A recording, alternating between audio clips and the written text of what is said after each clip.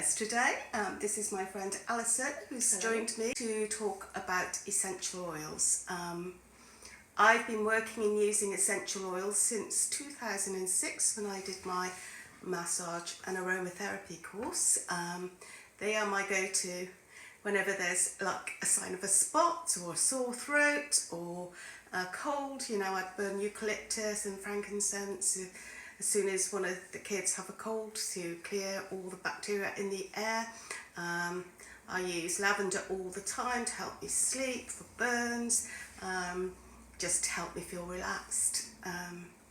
There's evidence of use of essential oils going way back to the Egyptians when they placed aromatic materials into animal fat, left it out in the sunshine for a few weeks to infuse, and those evidence of that have been found in the pyramid where there was cedarwood, myrrh and cinnamon, and all those have the power to retard decay, and that's why we had the Egyptian mummies so well preserved. At the same time as the Egyptians were using essential oils, the Chinese and Indian were also experimenting with herbal extracts and plants, and they found the basis of Ayurvedic practices these days.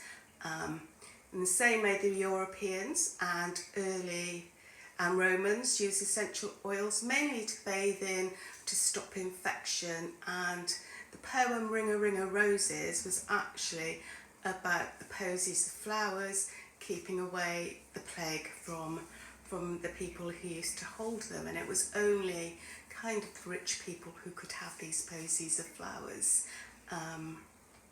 The term aromatherapy actually is quite modern. It was first used in 1937 by a French chemist called René Maurice Gattefossé, and he was not a believer in natural health, but one day in his laboratory he burnt his hand badly, and he had some essential oil of lavender in extract in his laboratory. He put that on his hand and was really surprised at how well it healed. It healed quicker than usual without as many scars as he expected.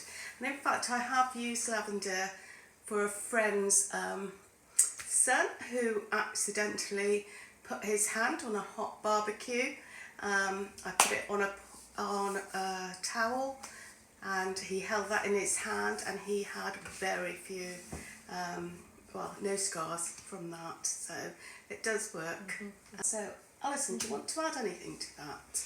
Yes, so going back to the Egyptians using essential oils all those hundreds of years ago, it just goes to prove and to show that all those plant oils that we used then are still being used now, with a lot more research being done. We've been able to use them in many more ways. The way essential oils work, there's two ways. It stimulates your limbic system in the brain, and your limbic system is your centre of emotions, memory, sexual arousal, and by stimulating it, it can make us feel happier, get rid of headaches and stress and things like that. And the other way it works is through our skin, and science has proven that it takes about 10 seconds for an oil to be applied to your skin and then be circulated around the body. And these sort of oils will help extract toxins out of the body. They help balance your blood. They can help with blood sugar levels, they can help with high blood pressure, low blood pressure, so lots of uses. Lots of medicinal uses, yes, and going back to how they're applied, so topically, obviously on the surface of the skin, they can be used neat and with the carrier oil. They can be used on the soles of the feet as well, which is a really quick way of the oils getting into your system.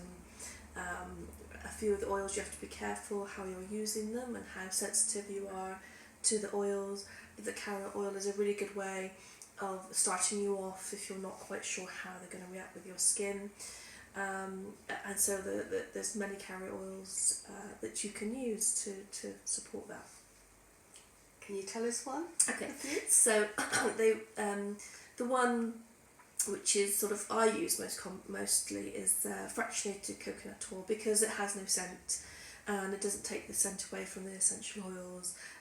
This is a very good oil for carrying those oils onto the skin and wherever you want to place them. You can oil dress your skin with them in the morning, so you've got that lovely fragrance all day long.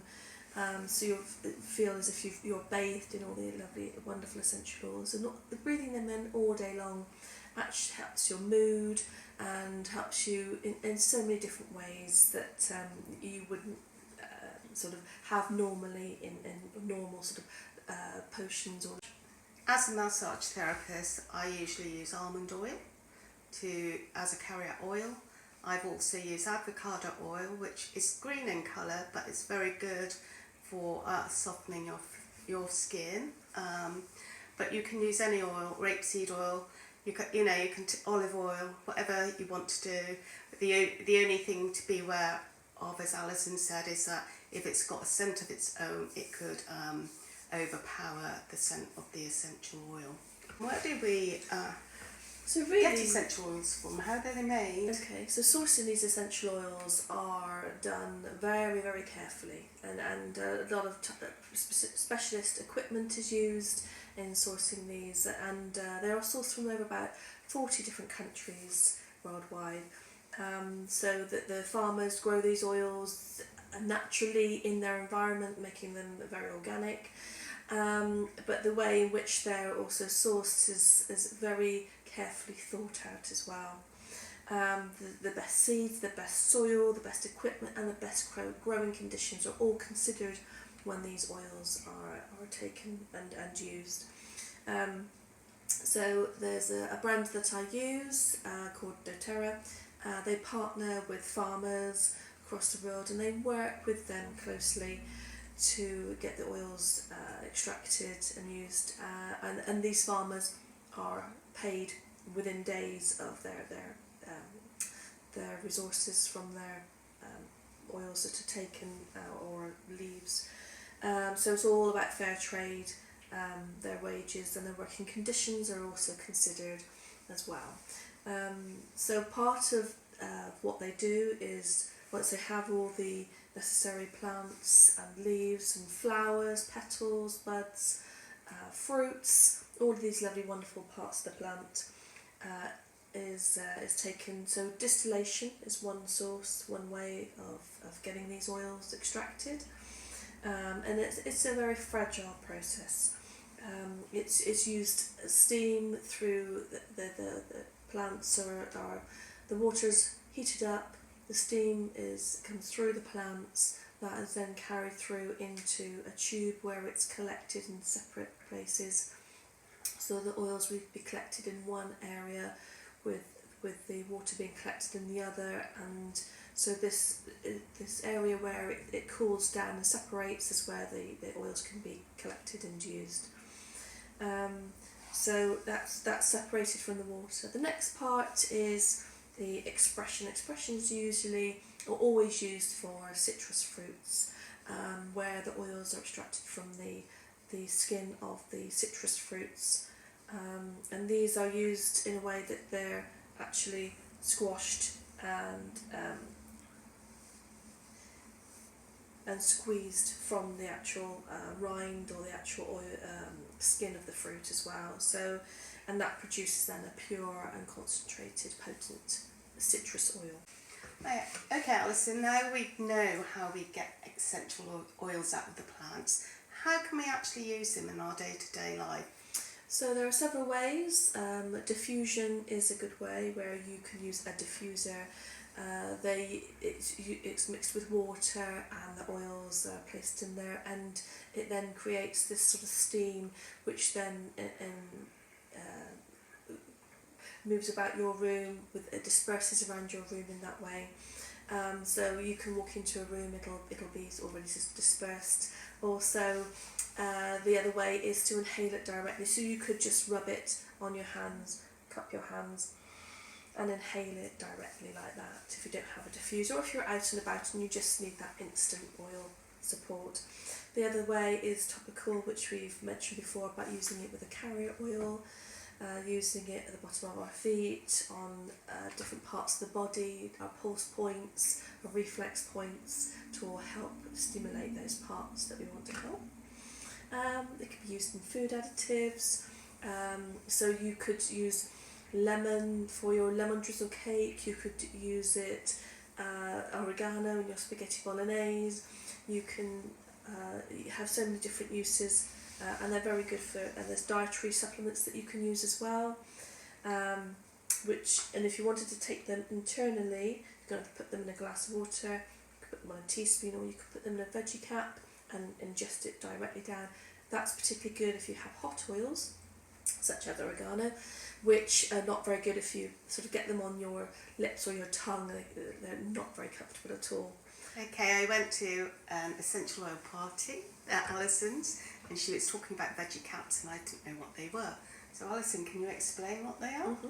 So a veggie cap is made up of a soluble cap that you can contain, or vessel that you can ingest. So it's like a bit like a soft gel, but these where you can take them apart, add in your oils, and put them back together, and then you just take them in, and it will dissolve within yourself. And it's quite interesting that Alison does talk about ingesting essential oils. When I did my aromatherapy course, it was one of the things they said you should not do, and that is because a lot of essential oils on the market are actually not pure.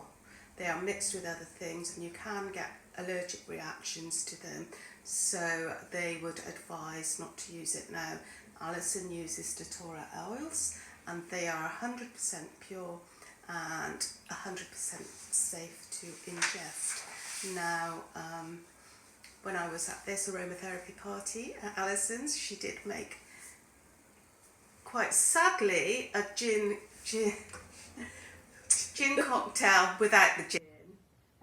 Gin and tonic without the gin. So what did that have? It was really nice, by the way. So if you are the driver of the night, worth trying. Yeah. So we had a drop of lime and juniper berry, and mixed that in with some tonic water. So, and the bottles are so small, you can even just pop it in your bag for the night, and you can have as many ginless tonics as you like. So, but again, you're not putting any toxins into your body. You're putting oils which are safe. And the other way that was used was actually in chocolates. It was beautiful, the chocolate with some orange in. Yeah, so using raw chocolate and mixing the oils in with that is a lovely way to ingest them and take them in as well. But the thing with these oils is that the brand that I use, doTERRA, is 100% certified pure therapeutic grade oils, and they are tested. Every single batch is tested, and it has to be 100% pure. It can't be 96, can't be 97. It's got to be 100%, because then the company know that those oils can be used safely, ingested on your skin, and if anything is not up to 100%, it's refused, it's turned away, and then obviously it's used by other companies, and whatever it's not adding, then a synthetic filler will be used, which we don't know what that is. But for doTERRA, they don't do that. It's all 100% and pure. When you buy oils, it should say on the bottle what strength it is, what the mixture is. Alison has a nice little story about a farmer. Yes. So there was a farmer who had all his oils, had all of his products, his plants, and that he went to doTERRA with these plants and was hoping to get a good price and to be accepted by doTERRA, who is, to him the master, the king of all the oils, and so they did the test, and he had a very sleepless night, worried that his oils would be, or his plant extracts would be refused because it had to be 100% pure. And so luckily for him, it worked out very well. It was 100% pure. So he was absolutely overwhelmed, and was so pleased that his products were accepted. So Alison, now we're coming to the winter with lots of lurgies coming. You know, kids go back to school and they pick up things, colds and flu fly around the office. So what can we do to protect ourselves? So again, many of the essential oils are plant-based, and they carry quite a lot of antibacterial properties with them as well. Melaleuca is a very good one for antibacterial, fungal things like that. Then there's oregano, which is a brilliant oil for antibacterial and antifungal. There's another blend which is called On Guard, which has a blend of cinnamon and clove and other citrus essential oils in there.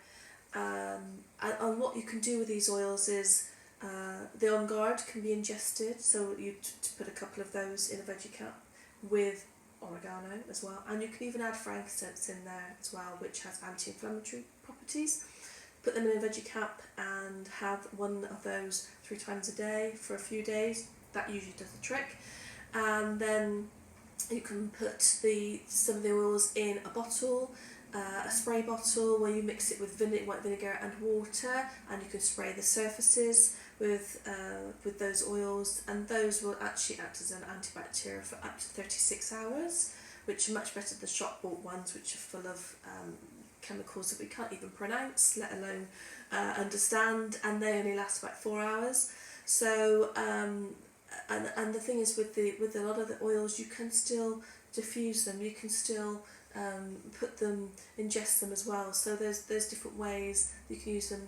The On Guard, you can use it as a mouthwash as well, because they're always sort of diluted down.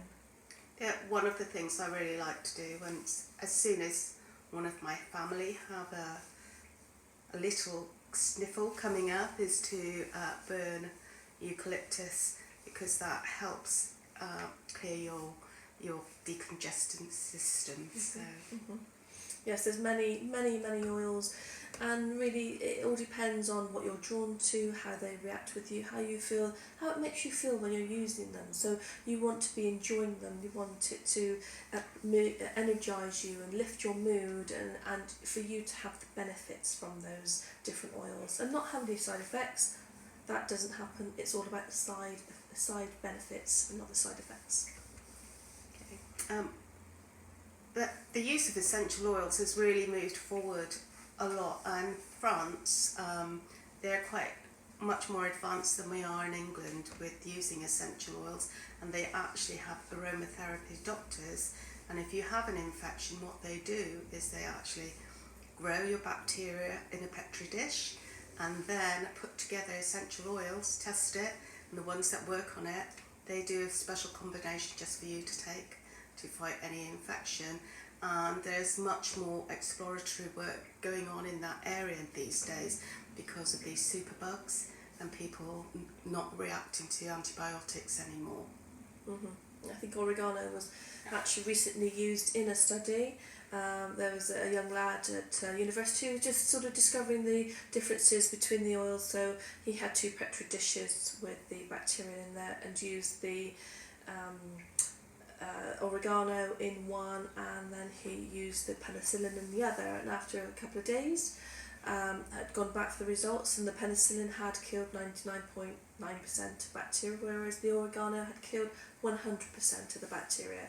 So going back to all those ways, and with superbugs changing and the chemicals for the penicillin or the antibacterial ways to try and eliminate these things, it's an ongoing thing, whereas going back to a plant-based product is natural and it does work. So it's a really good testament to all of our natural things that we need and we know and we love. So they're also really good for stress and headaches, aren't they? They are indeed. So lavender again has many uses. Lavender's wonderful to use for that sort of calming and relief, where it just sort of promotes that sort of ease of tension, as well as all the other things. There's deep blue, which is very good. That's a lovely blend of oils which can be used. And past tense, some of these are used in a roller bottle, which you can add into your reflex points. to your temples, across your forehead, the back of your neck, down your spine, all those areas where you've got those reflex points that will really help and support those times when you just need a little bit of help. And what about your skin then? We all worry about our skin and keeping it in good condition. So the skin, again, it's using the right sort of carrier oil and the right blend for your skin. Obviously you need to sort of patch test your skin just to see how you are with those oils and what the sensitivity is to them. Lavender is a brilliant one again. There's geranium, which is good for anti-aging. There's HD Clear, which is another one for antibacterial, as well for like spots, teenage spots, that sort of thing. And Salibel is a new one now.